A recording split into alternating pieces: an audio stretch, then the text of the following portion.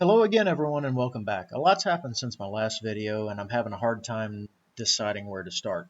I'll stay as organized as possible, but there are just too many portions of videos and fragmented information for me to just show everything here. But if you use the time references in this particular document that's showing now, you can kind of go back and look and verify on your own if you want to. So the petition to repeal the 51% law failed, so that keeps bars and clubs out of Pearland for now. You may have seen my earlier videos where I talked about the repeal and what it could mean for Pearland if it passed. And since that's not on the immediate horizon anymore, I'm going to shift gears and talk about some other things. But even with that gear change, part of the focus is still going to be on claims the coalition made surrounding this petition, and that'll become clear here pretty soon. Uh, Through the TABC website, we can verify that. Sorry for the scroll, but we can verify that most of the business types that the coalition listed, PEBC listed, they don't make 51% of their revenue from alcohol.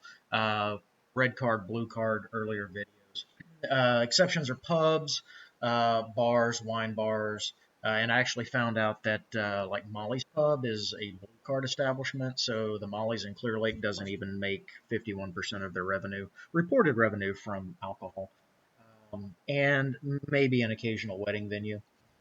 So if we go back to the March 1st council meeting, we can see that the city attorney's presentation, it was put together, yeah, and it addresses bars. I mean, this was in an earlier video, but a tavern derives more than 50% of its revenue. This is clearly in the presentation, and he also addresses where they would allow to be open, and that council has the authority to modify this UDC, the Unified Development Code, to allow them in even more areas. Um, and we we can also, we can go back. I don't know if you saw this, and like I said, it's scattered. Various, social media posts. Oops, sorry, not that one. Not that one. There we go. This, this was from Facebook. There's been a lot of back and forth over this, and this was from probably 5-ish weeks ago. But you see, this commenter who used to sit on council says, Pearland residents want to see restaurants and venues open after 9 or 10 p.m. Well, what types of businesses do that? Well, that's going to be a bar. Plain and simple, that's going to be a bar. But in most cases, we can even go over here and look at, hey, Buffalo Wild Wings. They are not a bar. They have a blue card. They are a restaurant in Pearland, but even their hours are listed. It's, today's Sunday, so bad example, but 2 a.m., 2 a.m., 1 a.m. So they're open past 9 or 10, and even Buffalo Wild Wings off of 518 on the Silver Lake side, they're not. And we've also confirmed that through the city charter, council has control over the planning and zoning commission, and they also have the authority to approve or deny conditional use permits. Prop C passed back in 2020 by a wide margin, and that reduced the number of council members required to get a quorum, which made it theoretically possible for only 3 council members to control the entire future of Pearland, or even 2 council members and the mayor, with the mayor casting the tie-breaking vote. So we have a lot of, and I'll go back. This is going to bounce back and forth. I'm sorry, folks. I said I'm going to try to keep it organized. But, even back on this, in this March 1st council meeting, Alex even said the repeal would allow businesses to sell more alcohol than food. And, check the timestamps. I mean, I went back, I put it together. I just wasn't going to do multiple snips of videos would just take way too much time. But here are the timestamps. It's there. Go back and see for yourself. The coalition, the PEBC, claimed that we wouldn't see a DUI-related incident increase. Actually, they said like DUI deaths, but that's the thing is, Chief of Police on March 1st said that it would increase the amount of DUI-related incidents. And not 30 seconds later, Darren says, well, I haven't run these numbers. I don't know for sure. Well, now we have to jump to the August 23rd council meeting. And at the 1 hour and 50-minute mark, it's about 3 minutes. He got citizen got his 3 minutes. He actually the citizen compared Pearland to Sugarland and to Pasadena, and he showed that wet cities have higher incidence of DUI fatalities, higher incidence of DUI crashes. So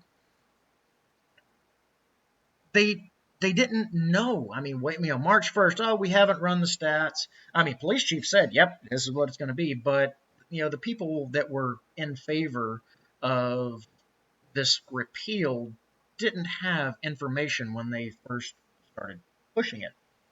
And all of that for this. There are 3 council members that were very much in support of the repeal. And you know what?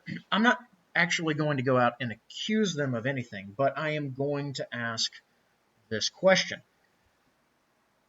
Were these council members misled by advisors that didn't make the intent of this initiative clear, or did these council members actually know the intent from the beginning and go along with bad information put out by the PEBC because they were afraid that residents wouldn't support the repeal if the truth really was out there? And I'm not against it. I'm not against the repeal. I never have been. I think it will be great for the future of Pearland. Would have been great for the future of Pearland. But I want people to know what they would be voting for. I'm okay with bars. I have no opposition to them. I have no opposition to bars in Pearland, but it was never made clear through the people supporting this initiative, pushing this initiative, that bars would be the end result. That was the goal. We have so much conversation about it. But people have outright said videos like this one, you're just fear mongering. No. This is about getting information out to the people so they can have all the information available to know what they're voting on. The people that call videos like this fear mongering, they're the people that are afraid of these types of questions. They're the people that don't want to answer these types of questions. But these types of questions have to be asked. There's just I've got more, folks. It's just way too much to put into one video. So stay tuned, and I'll have this is not a part 2, but it's just another video to cover something else that has been going on. So stay tuned, and I'll have that one out shortly.